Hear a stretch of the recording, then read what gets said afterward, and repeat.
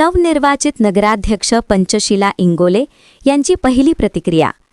दिग्रस नगर परिषदेच्या नगराध्यक्षापदी निवड झाल्यानंतर पंचशीला इंगोले यांनी माध्यमांशी बोलताना आपली पहिली प्रतिक्रिया व्यक्त केली।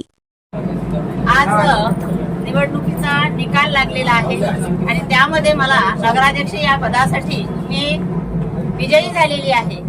यासाठी मी सर्वांचं म्हणजे खूप आभार मानते, मनापासून त्यांचे आभार मानते, धन्यवाद देते। सरकारांनी जनतेने मला सहकार्य केलं त्याबद्दल मी त्यांचे मनापासून खूप खूप आभार मानते, धन्यवाद।